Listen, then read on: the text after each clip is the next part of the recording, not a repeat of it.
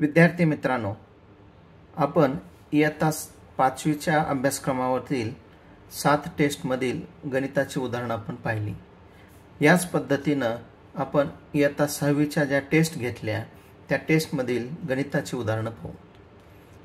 यातलं टेस्ट क्रमांक 8 यातलं पहिलं उदाहरण पहा। -4 - -11 बरोबर किती? आता पहा -4। आता आपल्याला इथं हे माहित आहे दोन वजा संख्यांचा गुणाकार वजा गुणिले वजा काय असतो? अधिक 11। आता पहा दोन संख्यांचे चिन्ह सारखे असतील तर गुणाकार अधिक असतो, दोन्ही वजा असतील तर गुणाकार अधिक, दोन्ही अधिक असतील गुणाकार अधिक, दोन्हीपैकी एक वजा असेल एक अधिक असेल तर गुणाकार वजा असतो। इथं पहा दोन्ही वजा आहेत सारखे म्हणून गुणाकार अधिक।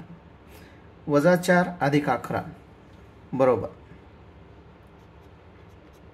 आता पहा मोठी संख्या अधिक आहे म्हणून 11 मधून 4 गेले, मोठ्या संख्येचे चिन्ह अधिक येईल, चिन्ह देण्याची गरज नाही।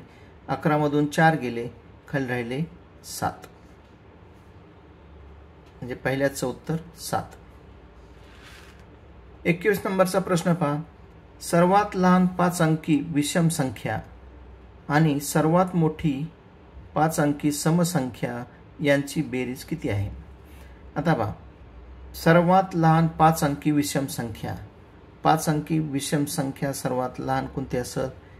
1 0 0 0 1 5 अंकी संख्या आहे आणि विषम संख्या आहे।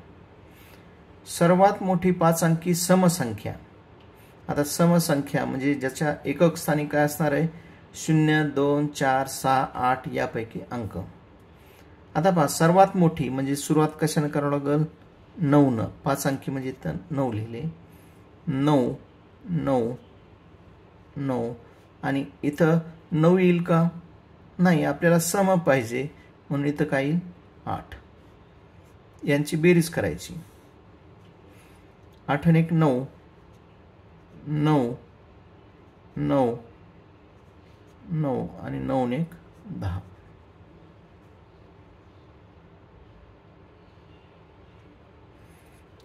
1,09,999 हे आलं उत्तर। 22 नंबरचं उदाहरण। LXVDCM हे रोमन अंक उतरत्या क्रमाने असे लिहितात। आता पहा रोमन अंकांमध्ये आपण पाहिलंय की सर्वात उतरत्या क्रमाने लिहायचं म्हणजे अगोदर काय करावं लागेल? सर्वात मोठा अंक, सर्वात मोठा कोणता यातला? 1000 आपण कशाने दाखवतो? m न, म्हणजे सर्वात मोठा अगोदर लिहिला m। नंतर 500 साठी कोणता आहे? आपण LCD क्रम सांगितला होता। L म्हणजे 50, C म्हणजे 100 आणि D म्हणजे 500, म्हणजे m नंतर काय येणार? 500 चा D। नंतर 100 साठी C, 50 साठी L। आता राहिले कोणते? X आणि V। आता अगोदर 10 चा घ्यावा लागेल X आणि 5 साठीचा V। हा क्रम असेल उतरता क्रम। 23 नंबर। खालीलपैकी हा प्रतिक्षिप्त कोन आहे? प्रतिक्षिप्त म्हणजे रिफ्लेक्स अँगल आहे। आता रिफ्लेक्स अँगल कशाला म्हणतात? की जो अँगल 180 डिग्री पेक्षा मोठा आणि 360 डिग्री पेक्षा लहान असतो त्याला म्हणतात रिफ्लेक्स अँगल किंवा प्रतिक्षिप्त कोन। 180 पेक्षा मोठा, 360 पेक्षा लहान। मग असा कोणता यातला? 240, कारण 90 हा 180 पेक्षा लहान आहे, 180 पेक्षा मोठा पाहिजे आणि 360 पेक्षा लहान पाहिजे, म्हणून रिफ्लेक्स अँगल 240 प्रतिक्षिप्त कोन। 24 नंबर। एका बिंदूतून किती रेषा काढता येतात? आता पहा हा एक बिंदू आहे, या एक बिंदूतून किती?